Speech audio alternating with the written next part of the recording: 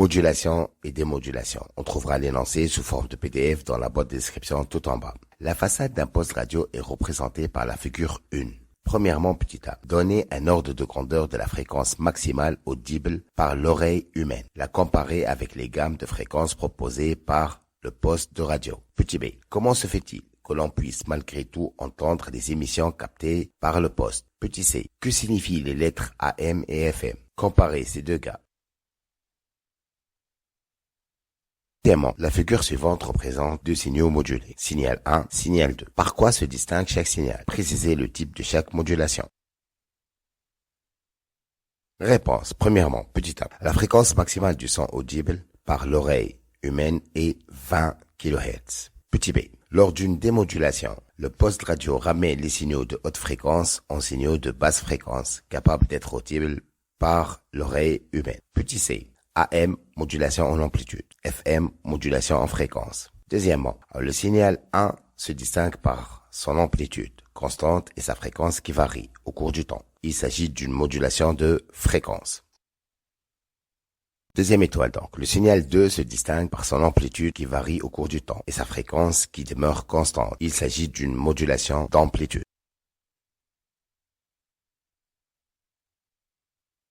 Exercice numéro 2. À l'aide d'un oscilloscope permettant la visualisation des signaux de haute fréquence, on observe le signal modulé à la sortie d'un émetteur. Figure 1. Les oscillogrammes des écrans 1 et 2 de la figure 1 sont obtenus dans les conditions suivantes. Écran 1, balayage vertical 10 volts par division, sensibilité horizontale 20 microsecondes par division.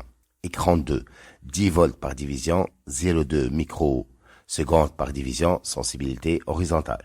Alors, premièrement, petit a, préciser en le justifiant si le signal visualisé est modulé en amplitude ou en fréquence. Petit b, en utilisant les mots suivants, rappelez brièvement le principe d'une modulation d'amplitude, décalage, message et porteuse.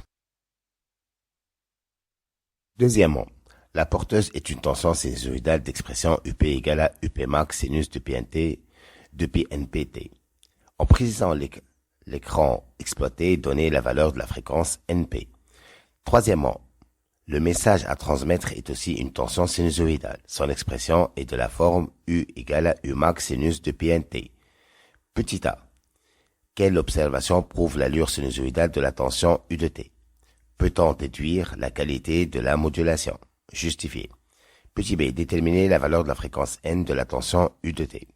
Quatrièmement, on désigne par US max et US min respectivement la valeur maximale et minimale de l'enveloppe. Déterminer la valeur US max et US min. Petit b. Calculer le taux de modulation M, vérifier qu'il s'agit d'une modulation de qualité. Petit c. La tension de décalage est U0 égale à 12 volts, calculer la valeur de la tension U max. Cinquièmement, l'expression de la tension modulée est US de T égale à K fois UP max U0 facteur de 1 plus M sinus de Pn fois sinus de pi NPT, où K est une constante positive de valeur 0,2 volt moins 1. Petit a, exprimer en fonction de M, K, U0 et UPN, les tensions US max et US min. Petit b, déduire la valeur de UP max. Réponse. Premièrement, petit a, le signal se distingue par son amplitude qui varie au cours du temps et sa fréquence qui demeure constante. Il s'agit d'une modulation d'amplitude. Petit b. La modulation de l'amplitude est la modification de l'amplitude de la porteuse par un signal modulant formé par le message à transmettre, auquel est additionnée une tension continue de décalage. Deuxièmement, à partir du graphe 2, on a Tp égale à Np fois la sensibilité de P. Ça fait 1 fois 0,2 10-6. Ça fait Tp donc égal à 0,2 microsecondes. Et ainsi, Np égale à 1 sur Tp égale à 5 MHz. Troisièmement, petit a, l'enveloppe de la courbe de l'écran 1 montre l'allure sinusoïdale de la tension du message à transmettre. La valeur maximale de la tension de l'enveloppe est positive. De plus, l'enveloppe contient toutes les informations à transmettre. Il s'agit d'une modulation de qualité. Petit b. À partir du graphe 1, on a T égale à N fois S fois la sensibilité. Ça fait 6,8 fois 20 10-6. Ça fait 136 microsecondes. Et ainsi, N égale à 1 sur T. Ça fait 7,35 MHz. Quatrièmement, petit a. Alors, US max égale à NV fois sensibilité verticale, ça fait 3 fois 10, ça fait 30 volts. US min, ça fait donc nombre de canaux NV fois SV, ça fait 0,4 fois 10, ça fait donc 4 volts. Petit b, le taux de modulation est M égale à US max moins US min sur US max plus US min est égal à 30 moins 0,4 sur 30 plus 0,4, ça fait 0,76. M inférieur à 1, c'est une modulation de qualité. Petit c, on a M égale à U max sur U0. Donc U max égale à U0 fois M égale à 0,76 fois 12, ça fait 9,12 volts.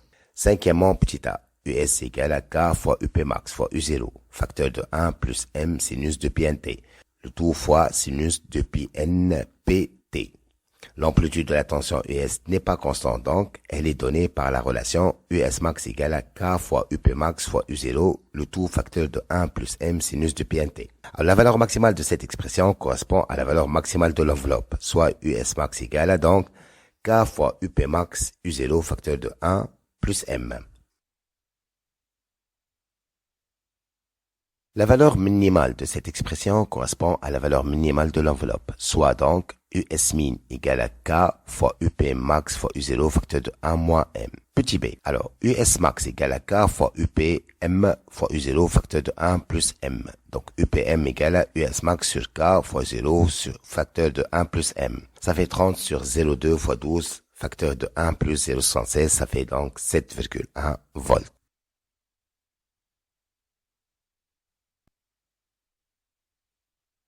Exercice numéro 3. La figure 1 donne le schéma de principe d'un émetteur sans fil, par modulation d'amplitude. Cet émetteur est capable de transmettre quelques kilomètres un signal sonore. Premièrement, petit a, parmi les propositions ci-dessous, identifiez les 3 dispositifs électroniques numérotés 1, 2, 3. Proposition, amplificateur haute fréquence, générateur haute fréquence, générateur basse fréquence, multiplieur, générateur de tension contenue de valeur U0. Petit b. Dans la suite, on désigne par N une basse fréquence BF et par NP une haute fréquence HF. Sur la figure 2 reliée par une flèche, chaque diagramme de tension a son expression mathématique et au point qui lui correspond sur le schéma de la figure 1. Donc voici la figure 2. Deuxièmement, la figure 3 représente le diagramme de signal modulé. Déterminez, petit a, la fréquence NP de la porteuse. Petit b, la fréquence N du signal produit par le microphone. Petit c, le taux de modulation M. Petit d, la tension maximale Umax produite par le microphone, sachant que si la tension de décalage est de 0,2 volts, le taux de modulation est de 0,5. Petit e, la tension maximale de décalage au-dessous de laquelle on obtient une surmodulation.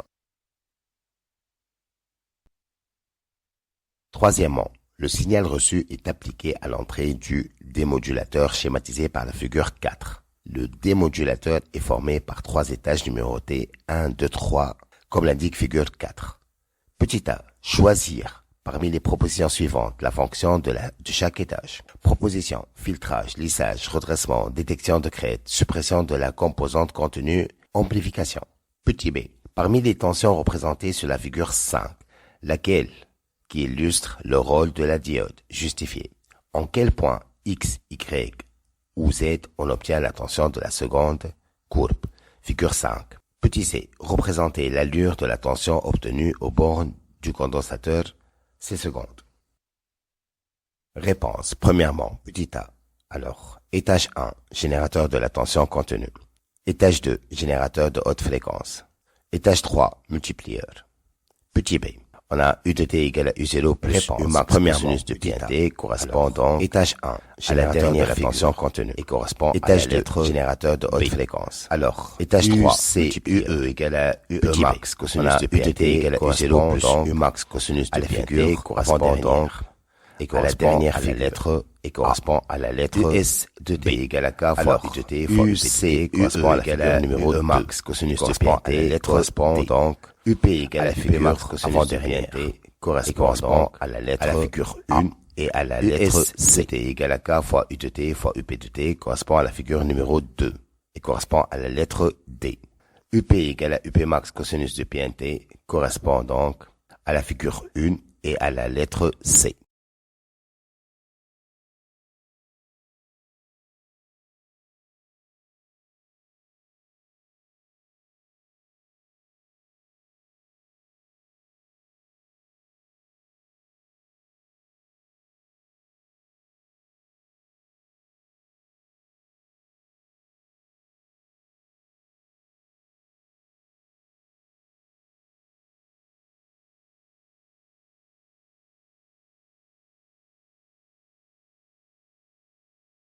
Deuxièmement, petit a, d'après le graphe, on a 4 TP égale à 0,2 millisecondes. Donc, TP égale à 0,05 millisecondes. Tout NP égale à 1 sur TP égale à 1 sur 0,05 10 moins 3 secondes, ça fait 20 kHz. Petit b, d'après le graphe, donc, T égale à 5 fois 0,2 10 moins 3 égale à 1 milliseconde. Donc, N égale à 1 sur T égale à 1 sur 1 10 moins 3, ça fait 1000 Hz. Petit c, alors, le taux de modulation M, c'est US max moins US min sur US max plus US min, ça fait 0,3 moins 0,1 sur 0,3 plus 0,1, ça fait 0,5. Petit d, M égale à U max sur les 0, U max égale à M fois U0, 0,5 fois 0,2, égale à 0,1 volts.